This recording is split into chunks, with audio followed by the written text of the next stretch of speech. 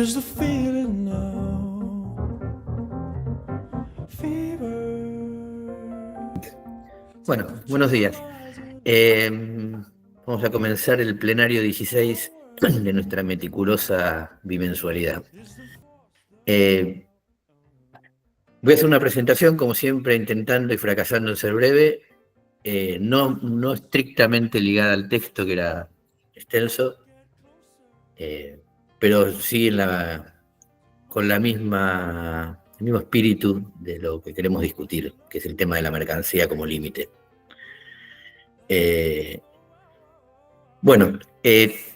Otra jornada electoral del 3% para la izquierda y de derrota del peronismo, para nosotros trae la posibilidad de debatir dos cuestiones fundamentales. ¿Cuáles son las causas de los problemas de la izquierda y del fracaso de expresarse políticamente el fenómeno cultural del Eternauta? Dicho esto, quiere decir, vamos a desplegar que en nuestra idea el sectarismo, el burocratismo, la superficialidad, el eclecticismo, el culto a la personalidad, la cercanía con la burguesía progresista, el coqueteo con el liberalismo individualista, todas cosas que suceden en la izquierda, en este estado de desarrollo de las fuerzas de izquierda, tienen como raíz un problema programático y estratégico. O para decirlo de otra manera, no nos parece que la izquierda tenga, como le sucede al peronismo, problemas porque sus militantes viven de la actividad política y entonces esa fuerza tiene que responder a quien le da de comer. La mayor parte de los militantes de izquierda, y la mayor parte, te dicen una mayor parte muy amplia, no recibe nada por militar o nada económico ni ninguna facilidad, y milita porque cree en una estrategia y en un programa que creemos que está equivocado.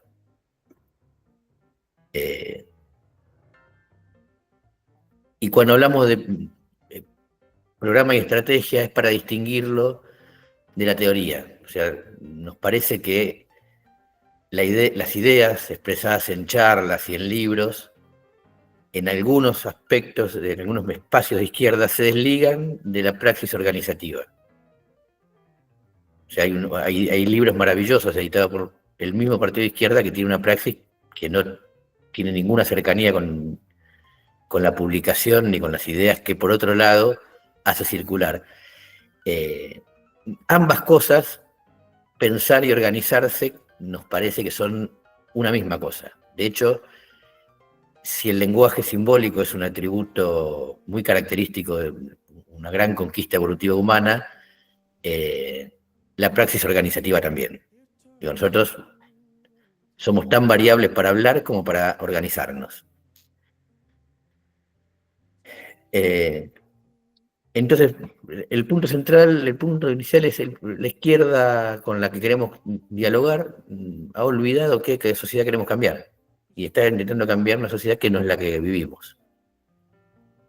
La sociedad en la que vivimos, a nuestro juicio, se caracteriza, en principio, como muchas otras sociedades, porque hay un excedente apropiable.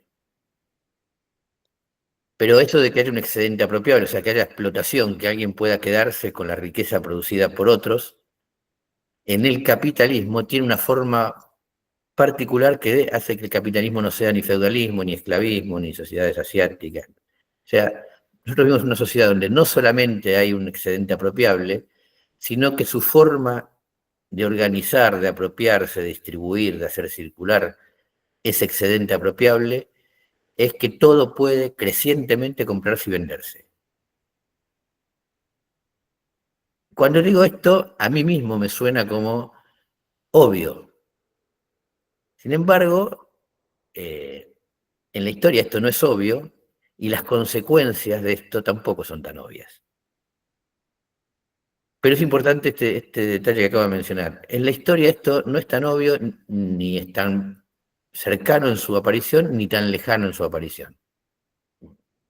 Entonces, predominan el comprar y vender separados. Esto es una particularidad tremenda. Todo puede comprarse y venderse porque el que compra no consume lo que produce y por eso lo vende para poder comprar otra cosa, y esta enajenación de la propia actividad es lo que caracteriza al capitalismo. No es así en otras sociedades, en las que uno vive fundamentalmente de lo que produce y el excedente es lo que sobra. Es un excedente más natural, podríamos decir, ¿no? Excede mi consumo y lo veo adelante de mis ojos. Se llevaron lo que yo no me comí. En nuestra sociedad, al circular todo enajenado, lo que yo tengo es el producto de una venta, mi salario, la venta de la fuerza de trabajo, y lo que yo compro aparece como una cosa, no como una producción ajena, sino como una cosa que está ahí en el lugar donde se compra y se vende.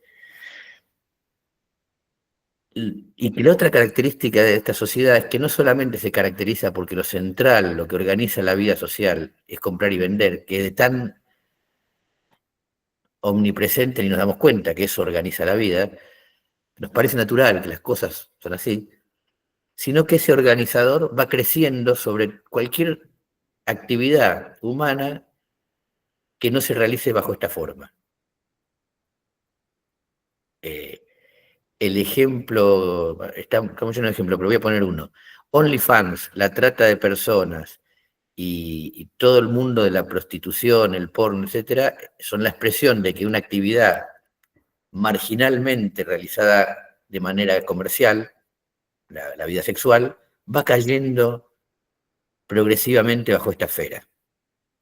Cada vez más es algo que era una actividad humana personal o no, no mercantil, va haciéndolo. Los robots de compañía y los animales de compañía también, ¿no? Algo que ahora se puede comprar y que es parte de un mercado cuando antes la soledad se resolvía, o sea, que crecientes franjas de la vida humana van incorporándose a este modo de todo es enajenable, todo se puede comprar, todo se puede vender, y en ese todo significa que nada tiene una particularidad o una distinción superlativa.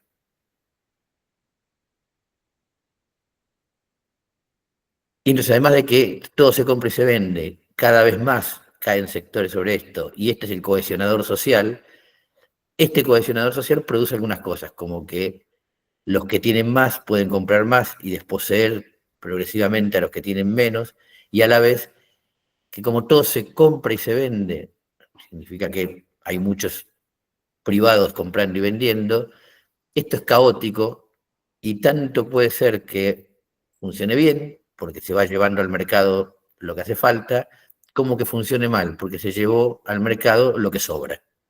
O sea, un mercado que está abierto a las actividades de los privados, tanto puede ir coincidiendo con la demanda como sobrepasarla y crear una crisis.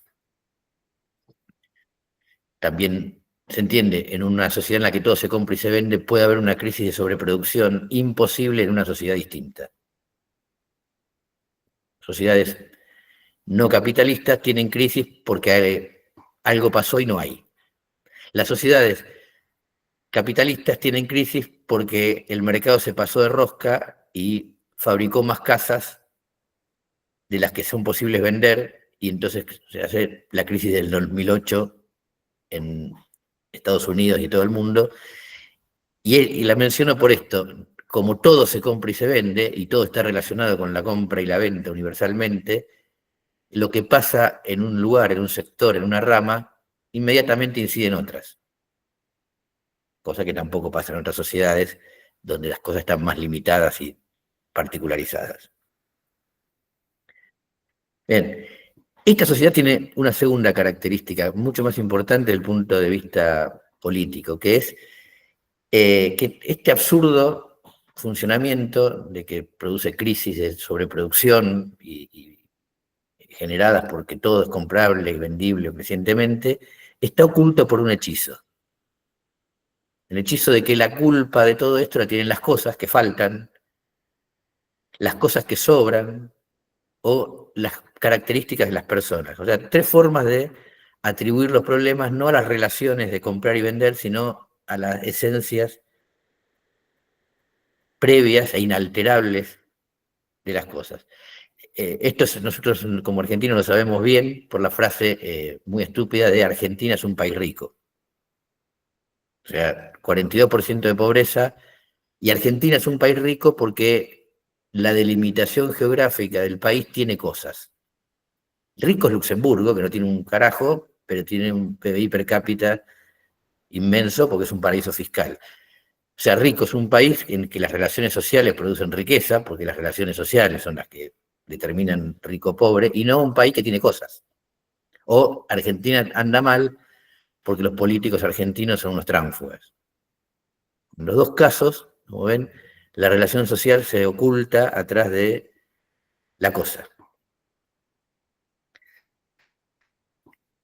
El otro rasgo importante de este modo de organizar la sociedad es que no solamente crece en la producción, sino que crece, va invadiendo todo lo que no es, lo que no funciona bajo su lógica, como dije recién. Y entonces, desde hace ya bastante tiempo, no hay afuera del capitalismo. Hay lo que no está incluido, que crecientemente va siendo incluido. No hay lo otro del capitalismo. Las cosas que todavía no se gestionan de manera privada y mercantil son fragmentos como especie de satélites que orbitan alrededor, pero que no pueden unirse en otra cosa. Los ejemplos más interesantes de esto es que cualquier actividad que parece querer luchar contra el capitalismo a través de una particularidad tiene que recurrir a una forma mercantil para poder establecerse, y en ese punto ya está funcionando adentro. Los ecologistas, ¿con qué viaja Greta Thunberg a la ONU? Con un avión que llenó de carbono la atmósfera. Y bueno, pero ¿por qué no lo hace? Porque si va en canoa, llega para cuando no exista más el planeta. Entonces tuvo que cruzar el Atlántico en avión. ¿Cómo entró el avión? Pagando un pasaje. Ok, Greta, viajemos. Cuando yo digo que hay creciente inclusión social, no digo que hay creciente bienestar, hay creciente inclusión social. La gente es despojada, si hay algún sector que todavía vive de la tierra, es despojada de su tierra para tener que ir a trasladarse a la periferia de una ciudad y vivir miserablemente. Eso es inclusión social en el sentido del capitalismo. Ahora están adentro de la sociedad, ahora son desposeídos de su propiedad y solamente pueden vender su fuerza de trabajo, y la miseria solo indica que han fracasado en vender la fuerza de trabajo, pero no están afuera de las relaciones capitalistas, no se puede estar afuera. Son población sobrante para el capital, pero para el capital. Entonces, todo termina siendo cada vez más incluido en esto de que se inscribe cualquier actividad social dentro de la forma mercancía. Este campesino del Amazonas que fue llevado a San Pablo empujado por la miseria, ahora solo puede sobrevivir si logra vender su fuerza de trabajo. O, para aclarar o si logra hacer pesar su amenaza de disturbio social como una razón para que el Estado lo sostenga. ¿No? Nosotros lo vimos bien. Toda la cuestión de planes, de subsidios, etcétera, ha venido acompañado de cómo evitar cutralcasos, 2001, etcétera, etcétera. En un sentido también es un intercambio social donde el Estado se hace cargo de un problema general para mantener viable el funcionamiento de la mercancía, porque los piquetes cortan la circulación de mercancías.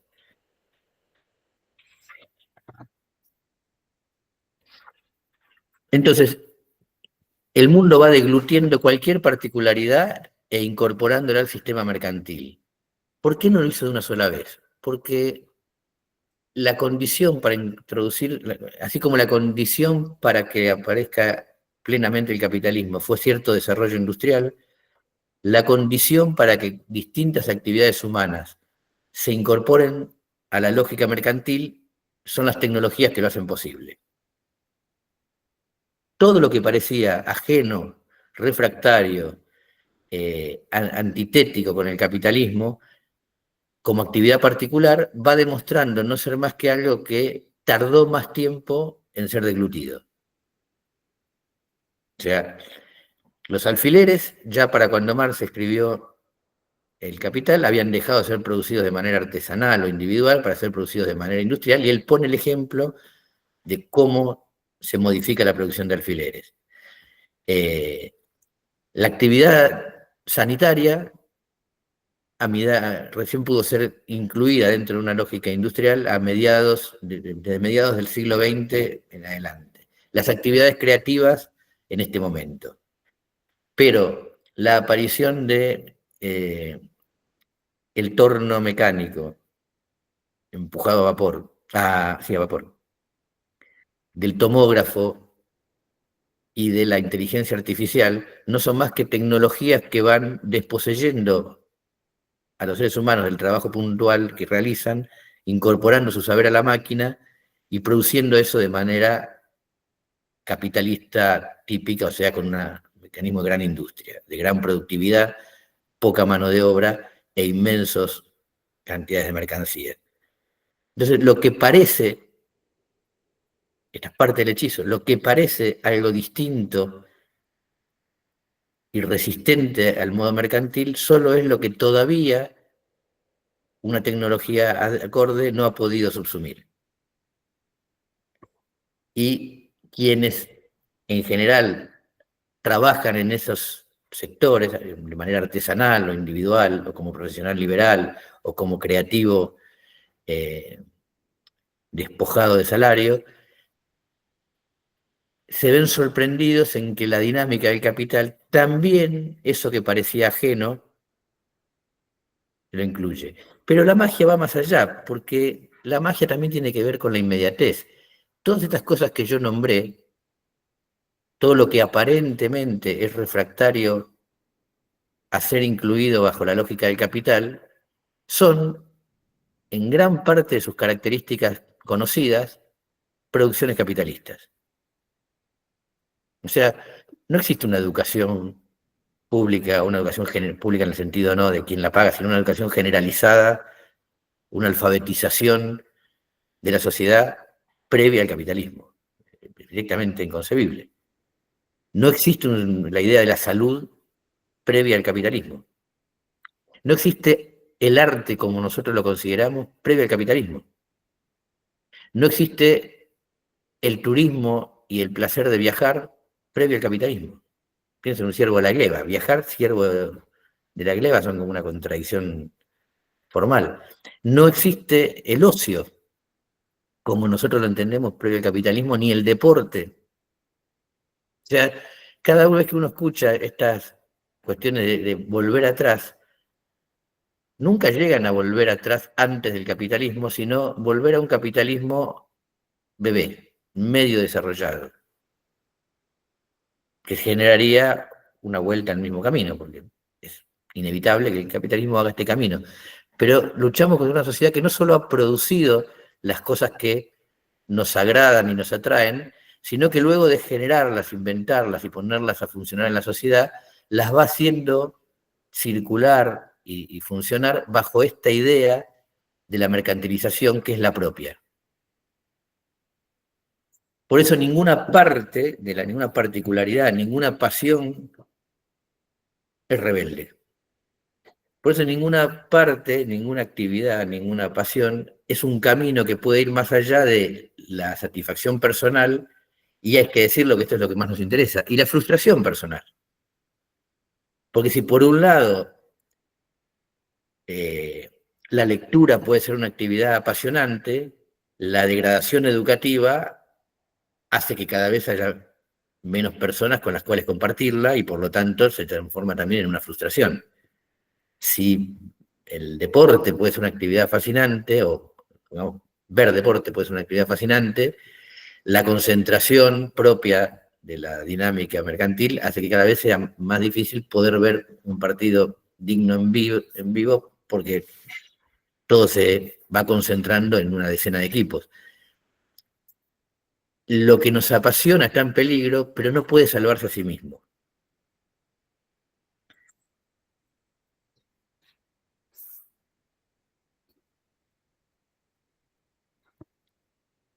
Eh, Además, toda esta dinámica tiene algunas características más que eh, es importante mencionar. Como se produce mucho con pocos trabajadores y hay grandes masas de mercancías que hay que distribuir, transportar, y hay que tener en condición. El pasaje de una gran cantidad de trabajadores a los servicios hace que hoy en día los efectos del trabajo se sientan más en otros trabajadores de manera inmediata que en la burguesía. Es un dato novedoso de la vida social, porque en la, en la, en el modo industrial de producción, digamos, en el periodo en donde fundamentalmente lo que estaba bajo la forma capitalista era la actividad industrial, el tránsito de un tornillo de la producción al trabajador tenía muchas vericuetos y una huelga afectaba fundamentalmente al patrón, que le faltaba stock, que no le podía vender a la ferretería, etcétera, etcétera. Obviamente que a la larga, si no hay tornillos en una ferretería, el que quiera hacer, el que necesita hacer un arreglo en su casa va a tener un problema. Pero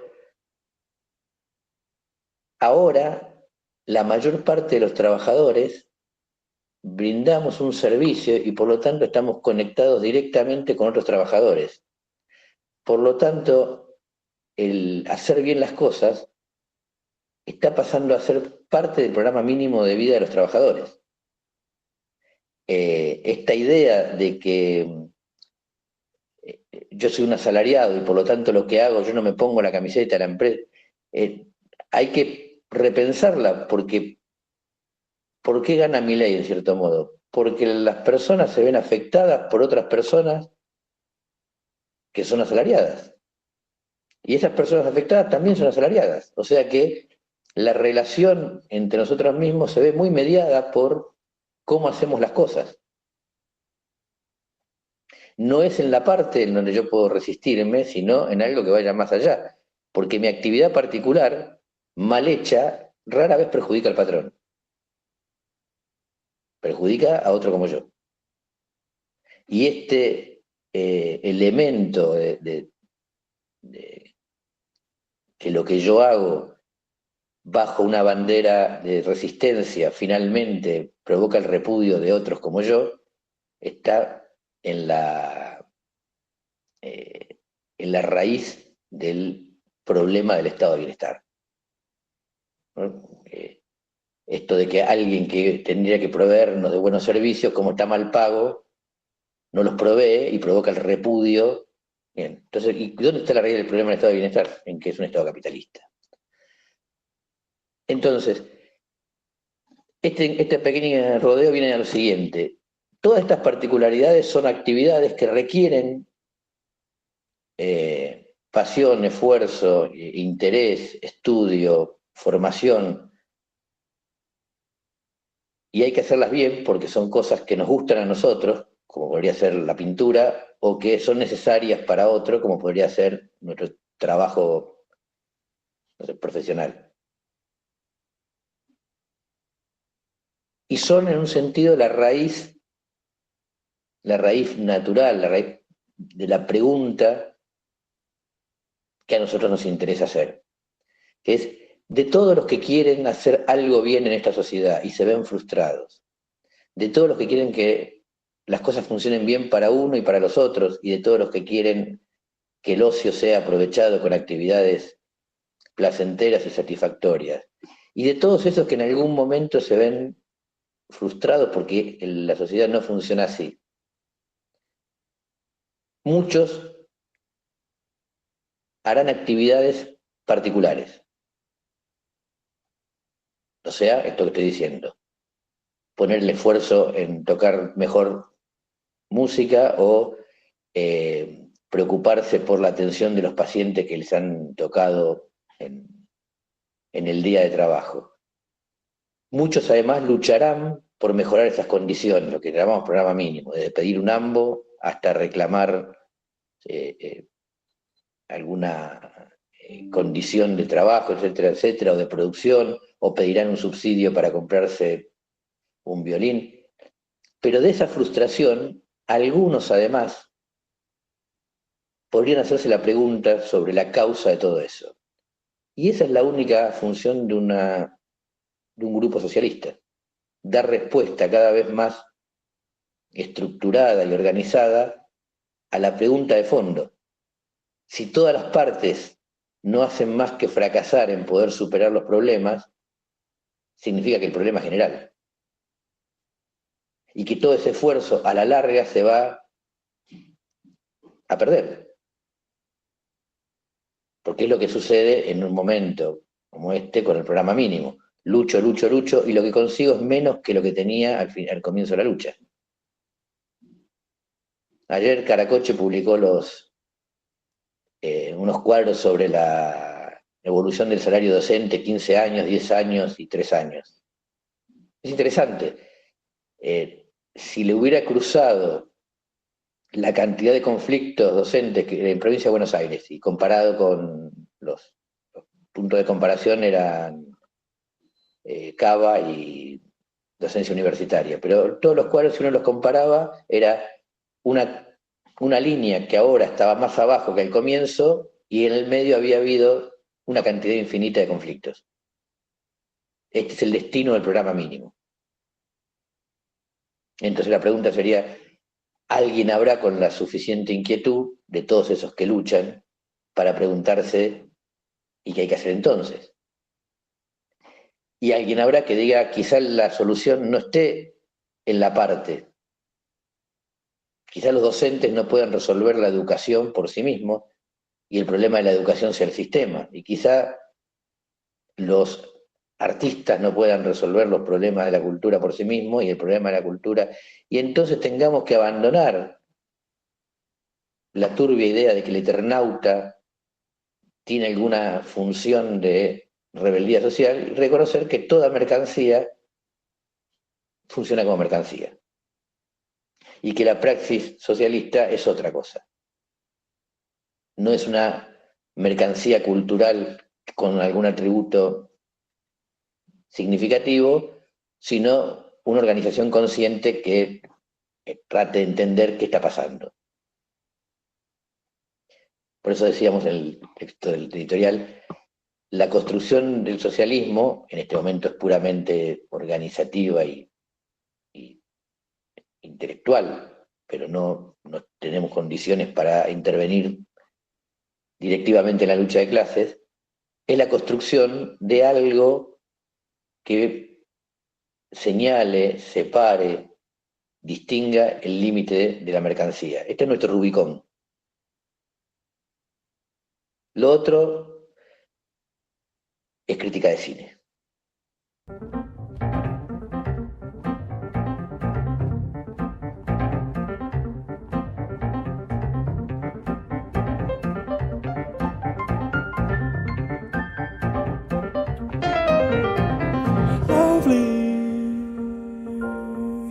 Here's the feeling now.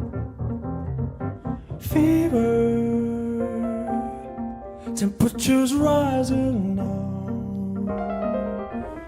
Power is the force, the valve makes it happen. Ask no questions now.